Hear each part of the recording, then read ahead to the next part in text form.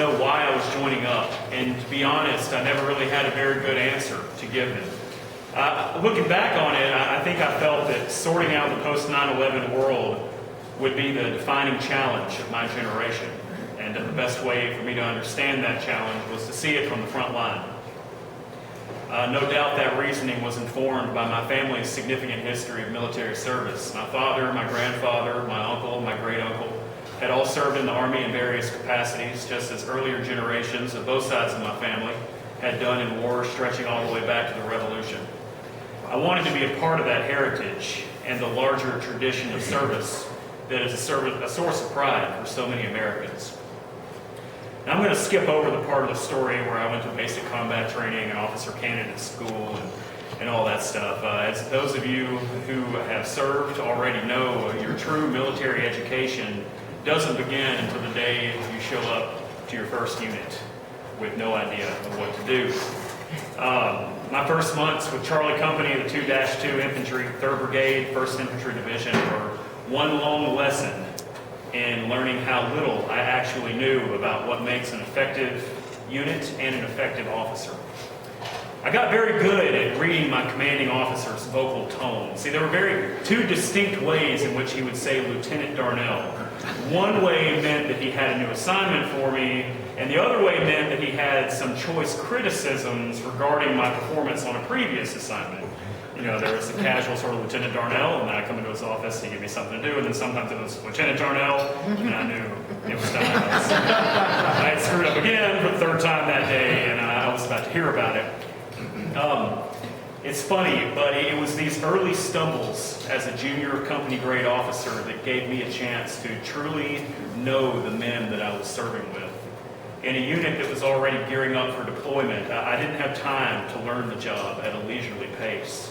I had to lean on the experience of the NCOs, benefiting from their fortitude and their professionalism. I had to trust in the expertise and dedication of the junior enlisted, many of whom already had one deployment under their belt.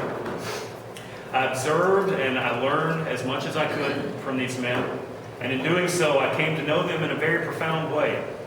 They were country folk and city dwellers, college educated and high school dropouts, jocks and computer nerds, Christians and atheists, a cross-section of the astounding variety of people that comprise the modern all-volunteer force. And yet, despite their differences, they were each dedicated to the service in their own inspiring way.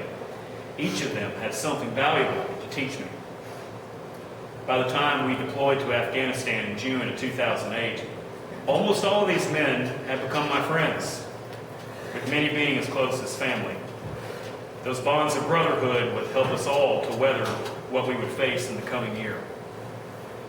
To satisfy an old deal between General Petraeus and his British counterpart, our battalion was sliced off from the rest of our brigade and sent to RC South, the area of Afghanistan that was under direct control of the NATO task force.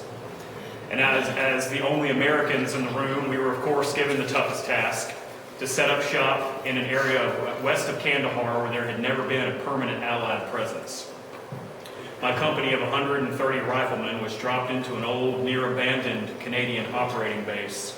It was about the size of a football field. And from there, we did our best to facilitate the complex, nebulous, and frustrating mix of objectives commonly referred to as counterinsurgency operations. These counterinsurgency operations can include almost anything, but in our case, they included doing multiple daily security patrols along the nearby highway and through many primitive villages that dotted the desert landscape. Playing diplomat with local village elders, trying to convince them that cooperating with us was a better course of action than cooperating with the Taliban, which is a lot harder than you might imagine, given the Taliban's proficiency in intimidation. Working with the local government to root out corruption and encourage free and fair local elections, try to restore faith in the processes of government among the Afghan people. Humanitarian distributions of food, clothing, and replacement crops that, at least in theory, were supposed to give farmers an alternative to growing the opium crops that fuel the international trade in heroin out of that region.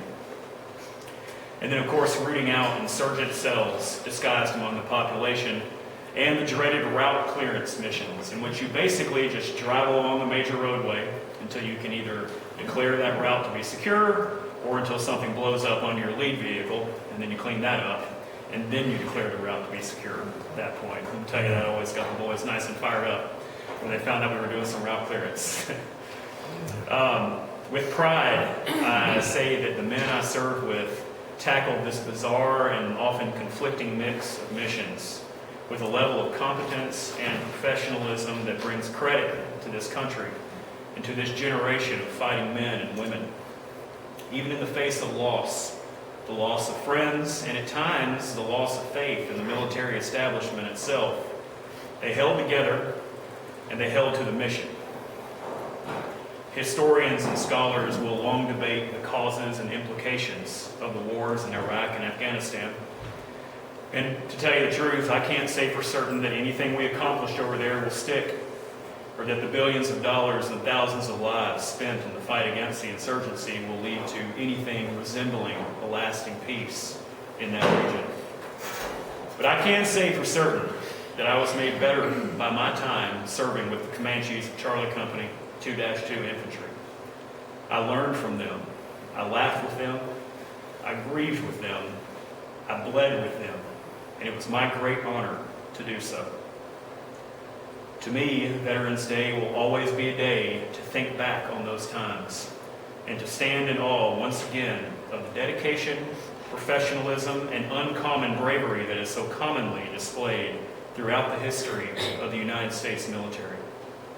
Our politicians and our policymakers might let us down, but our men and women in uniform never have, and it's my belief that they never will. I will always be grateful for the years that I spent in the service, and for the service of every man and every woman who has ever taken that oath to defend. Thank you, and for those of you here tonight who have served, I thank you for your service.